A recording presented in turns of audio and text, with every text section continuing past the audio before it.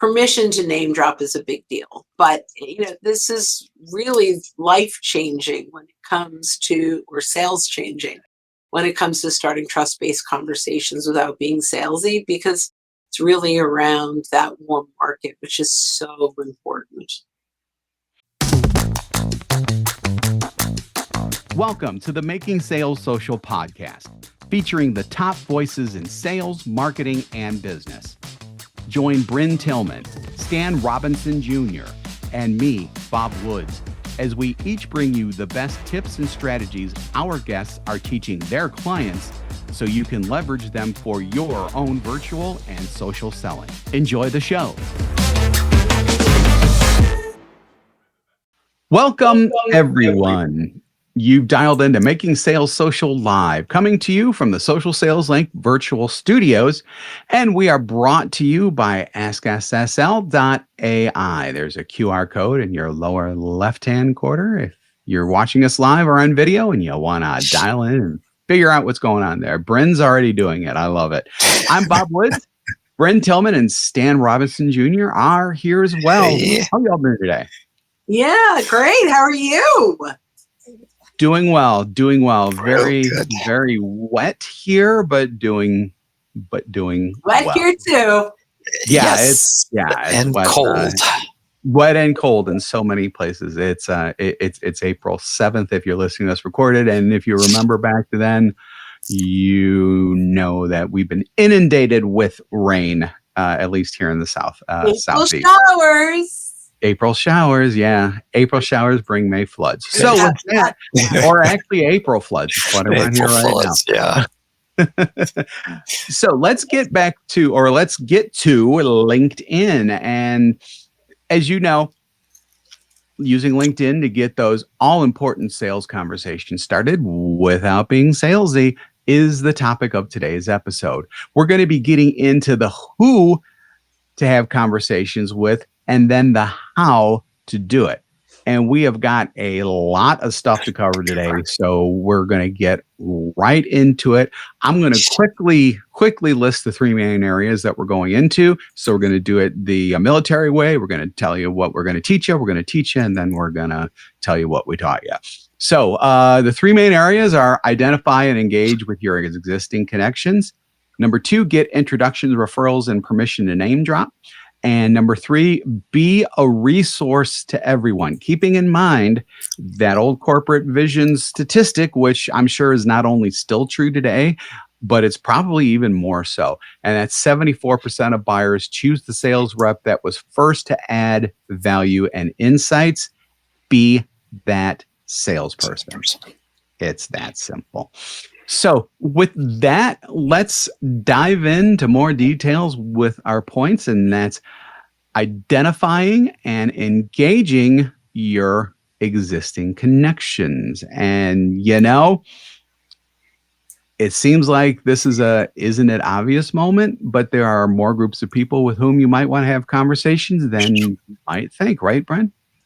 Yeah, absolutely. So, and I don't have my notes up, but let's start with, it's all about taking inventory, right? We have to start to identify who is it that we want to have conversations with. And chances are, if you're like most people on LinkedIn, I don't know, maybe 80% of the connections that you have are people that you forgot that you wanted to have conversations with. And I just found the content here.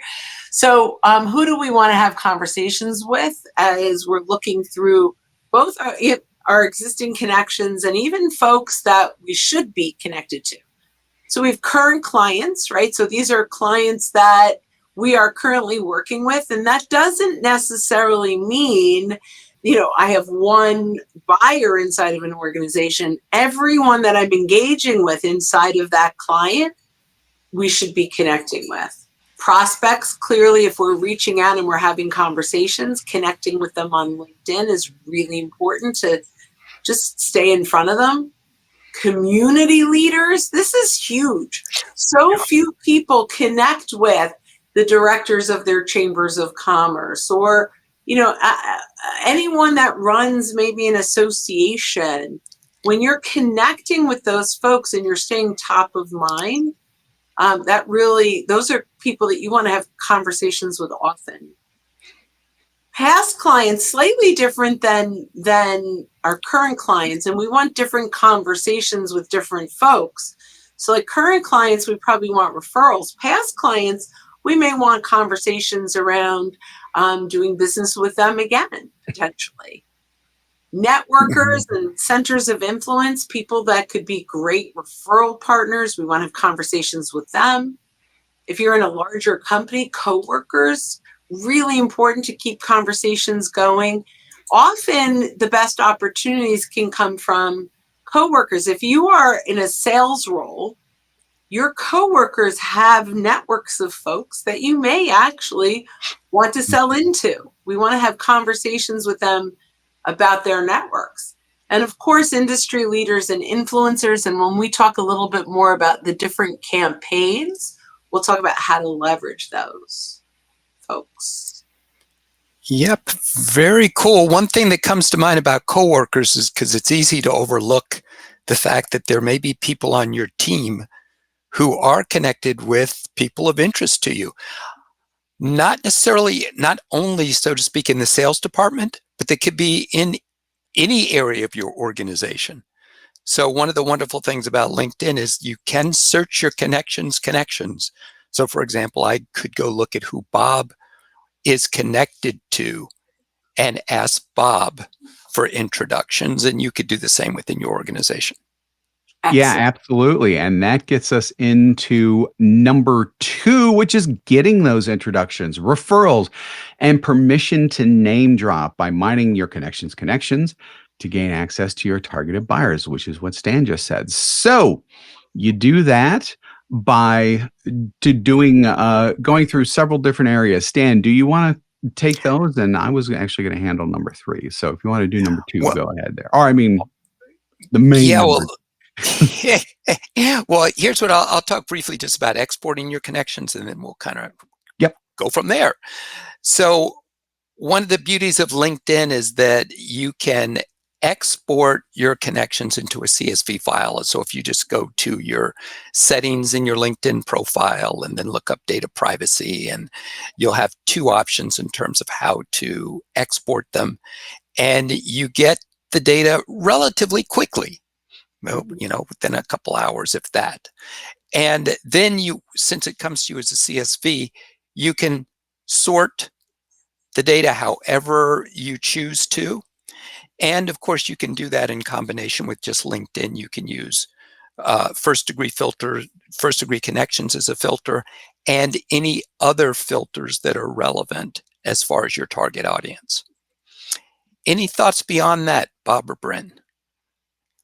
Well, I love the taking inventory, and absolutely exporting is a great way to do that. You can also search your connections even in the free LinkedIn, although Sales Navigator has incredible filters that can really help to drive you down to the exact folks that you're looking to meet.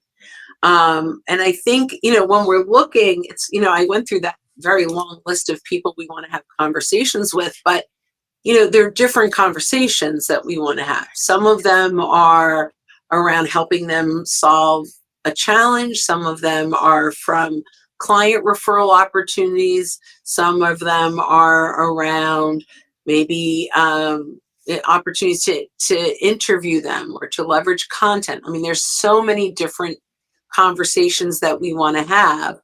So by taking inventory, whether it's a search or that Excel spreadsheet, we do want to put them in specific categories, right? Like, where are they landing in order for us to want to have those, what conversations do we want to have with each of them?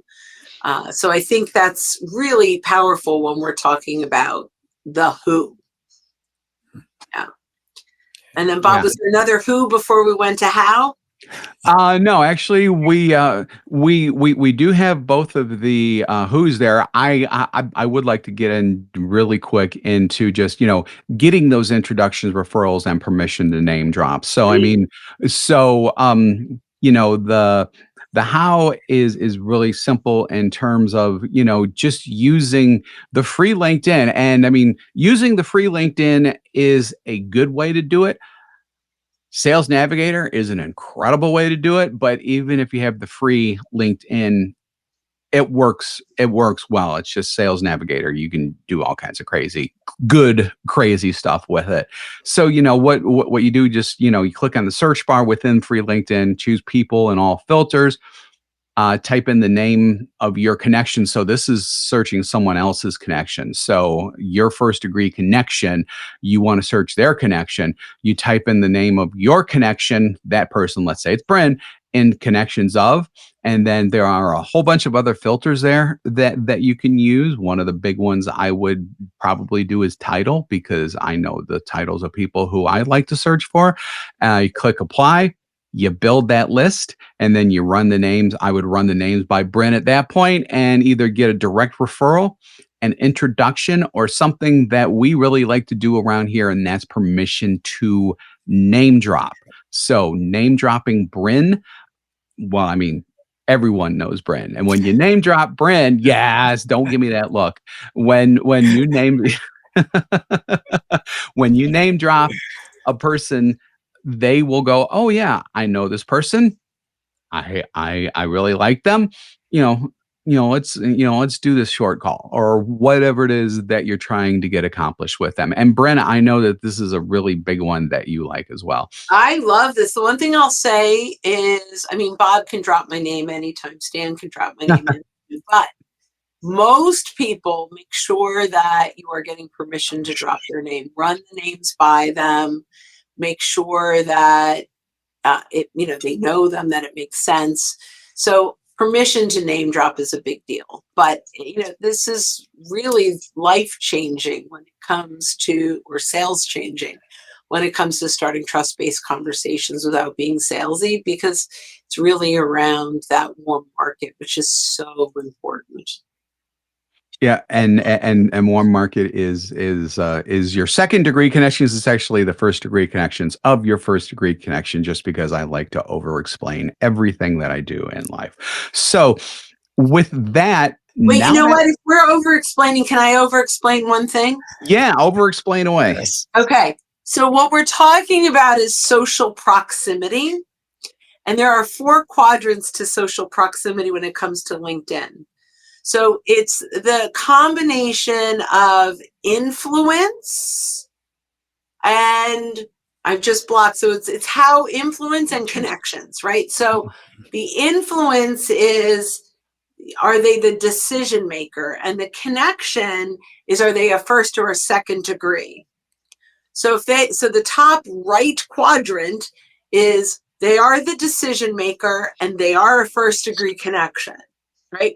When you come down to the bottom right quadrant, that is, they are a first degree connection and they are connected to an influencer, right? So your second degree is that influencer, your first degree knows them. The next one is, they are high on the influence scale, but they're coming in as a second degree from someone outside of the company, somewhere, right, where they could maybe make that introduction.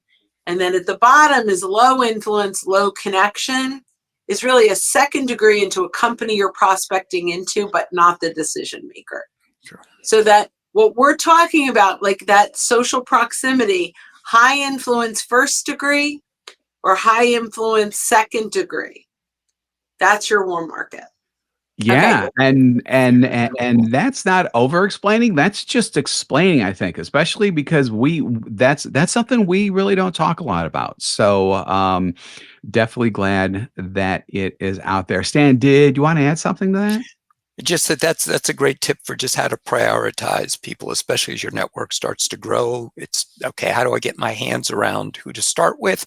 So what Bryn just described is a great way to start prioritizing. We go first degree decision makers and then work my way around. Prioritizing is definitely very important. I actually used to have a system back when I was just in-person prospecting like crazy. I had like an A, B, C, and D category, and the A's got the most attention, B's a little less, C's, and then D's. And quite frankly, I don't even remember how I used to do it. I just remember that I had a system there. But systematizing, I think, is definitely key. Which is, Bryn, we should talk about that more often. I just said I'm in my head, not out loud. Just in my head, I'm like, oh, we should be talking about this. Let's put this whatever our next podcast. Yeah. MSSL that's open. Let's add that in. Yeah, definitely. Yep. So with that, let's make that final move into being a resource. So you're thinking, okay, that means I got to share content. I got to share lots of content, right? You do have to share content, but engaging on other people's content is not only just as important, it's actually more important. We engage on their content with a 10-to-1 ratio. So you should be doing 10 comments and content in the same sentence is kind of difficult. You should comment on their content every 10 times for per one piece of content that you share. Stan, you want to talk about why on that? The purpose of all that? Yep. Couple of reasons. We'll start with the algorithm in this case. Number one, when you comment on someone else's content and you add value, that we'll just say it goes without saying, but I'll say it anyway. Make sure that when you do comment, it's not promotional, that it actually adds value to the discussion. And when you do that, it sends a signal to LinkedIn's algorithm that this is a conversation that's of interest to people. So it will help the person who posted it, because LinkedIn's algorithm will show the conversation to more people and in both your network. So it helps them. It helps you gain more visibility with the poster. And it's a good idea to tag them, by the way, just to make doubly sure that they see you, even though they get a notification anyway. Mm-hmm. So it helps them, it helps you, and it sends a signal to the algorithm as one way to look at it. And then, anyone want to talk about engaging with the other people that are commenting, because that's also part of it? I'm going to finish that, and then I'm going to head back to you to handle that. The other thing about the algorithm that Richard van der Bloom mentions, which I think this is absolutely crazy amazing, is LinkedIn, I believe, is the only social platform where we can kind of control who sees our stuff. When you first connect with someone for the first 2 weeks, they see your content. If they engage, that 2 weeks is renewed. Similarly, if you engage on their content for the next 2 weeks, they'll see yours. So we have a little control. Now, if they don't engage after that 2 weeks, you lose that opportunity, and you have to proactively get it in front of them to start that 2 weeks over again. But that piece of the algorithm, when I learned that from Richard, I was blown away that we have some control. So that 10-to-1 ratio is not just about us engaging. It's also about that's how many more people will see our stuff. So Stan, I'm going to throw it back to you to finish the thought around engaging with commenters. Yes. So if the post is active and there are multiple people commenting on it, you can quickly scan who's commenting, which is a beautiful thing when you think about it. And just by looking at their headline, a lot of times you can tell whether it's someone that's of interest to you. So you can reinforce their comment and start a conversation that way, which you can take later to an invitation to them to connect as well. So I love that. One of the things I do, so let's just say the content that was shared was Anita Nielsen's. And so I'm engaging with Anita, and I'm engaging with the commenters for Anita. And so we've got this great conversation going. How do I convert that into a connection? Well, I'm going to go to listennotes.com, and I'm going to find a podcast Anita was on. And now I'm going to say, Stan, really looks like we're both big fans of Anita and everything that she has to share. I don't know if you heard her on the podcast XYZ. If you're interested, let's connect. I'm happy to send you a link. It was a really great episode. And so now we're still connecting, right? That conversation is continuing off of public LinkedIn into the messaging. Now we're connected and that we can continue those conversations. And that is really a powerful way to leverage other people's content and other people's comments to expand your network. So you really want to find those influencers that are attracting the people you want conversations with. Yep. Bob, I'm throwing it back to you. Bob, back to you. Yeah. So I actually do kind of feel like I'm a sportscaster right now too. So yeah, with that, let's actually get so first of all, before we move on to the actual content, be sure that if you're in Sales Navigator, that you're saving the people who you really want to keep track of. You can also ring in the free LinkedIn. You can go to someone's profile and do what's called ring their bell. So there's a little bell icon that you need to follow them first. And then once you follow them, that bell will appear. You can click on that, and there are a couple of options there in terms of how often you will be notified. One of the nice things about ringing the bell is whenever that person whose bell you've rung shares a piece of content and you've got that setting in there correctly, you will be notified via notification. So you don't need to go and hunt around in your feed to find these people, because you will the LinkedIn will bring them to you automatically, which is absolutely terrific stuff. Yeah, that feed is a black hole of so what Bob is saying, really take to heart. Really look at who is it that we want to follow and we want to engage with, because that news feed in the free LinkedIn, first of all, I don't know about you, but every fifth thing is an ad. Every third thing is an ad, right? Yep. So that becomes a lot of noise and a lot of wasted time. However, Stan, if you could, and I know we're kind of, all of this goes into conversations, right? Talk a little bit about, though, the power of Sales Navigator's newsfeed. The wonderful thing about Sales Nav's newsfeed is it keeps you very, very focused. So just like Bryn said, with free LinkedIn, you're seeing ads, you're seeing extraneous content, and you're continually scrolling to try to find something. With Sales Navigator, the homepage content is purely driven by the leads and accounts that you've saved.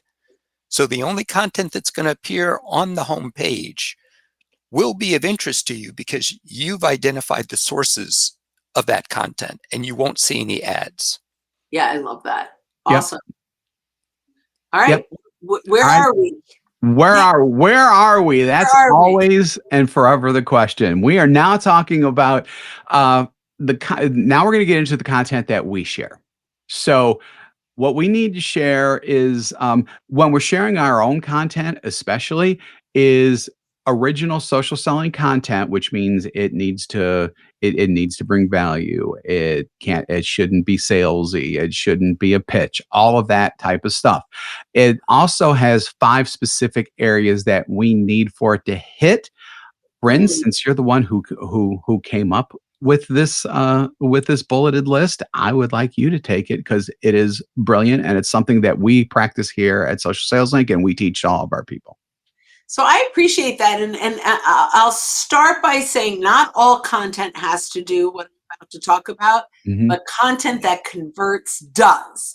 So there's tons of content you could put out, recaps of events and pictures that you took when you were out, with a networking opportunity. You can share promotions, you could, all those things. But if we're looking for content to start trust-based conversations, our original content needs to hit 5 points. So the first point is it needs to resonate with your buyer. There is so much content out there in the world that noise is loud. And for you to break through that noise when they're scrolling, whether it is on their news feed or in their notifications or wherever that might be, that very first line needs to do 2 things. The first thing it does is it needs to resonate with them. So if you work with CEOs of manufacturing companies, you want that to be in your first line. The other piece in that first line is number 2, which is create curiosity. These two go together. So 5 mistakes CEOs of manufacturers make when applying for a line of credit at a bank. I just had this come up with a client, so that's what's top of mind, right? So 5 mistakes. So the curiosity is, if I'm a CEO of manufacturing, what mistake did I make when I applied for that line of credit? Right? Because now this banker has better solutions. That's the goal. They want to lead to their solution, not with it. So the third thing, so we start with resonate, create curiosity. The third thing it needs to do is it needs to teach them something new that they didn't know before. So those mistakes are new things, right? So what are the new things? Number 1, early payoff. If you are dinged for early payoff, that's a bad loan. That's a bad line. If you are here are the things, and I don't remember all of them, but here are the things that as a manufacturing company that's taking out that line of credit, these are mistakes. And in one of those 5 mistakes, they're going to say, oh, I'm making that mistake. Mm-hmm. So now that's kind of number 4, which is what we just taught them needs to get them thinking differently about their current situation. So I just learned this, and if that resonates with me, how am I going, boy, I'm not doing that, or I should be doing that, or I should think about this differently, or in this case, my banker didn't tell me this, right? So now we've hit those 4 points. We resonate with them, we created curiosity, we taught them something new that got them thinking differently about their current situation, and then all else being equal, we need to make sure that we're starting the conversation. That's what this whole point is, right?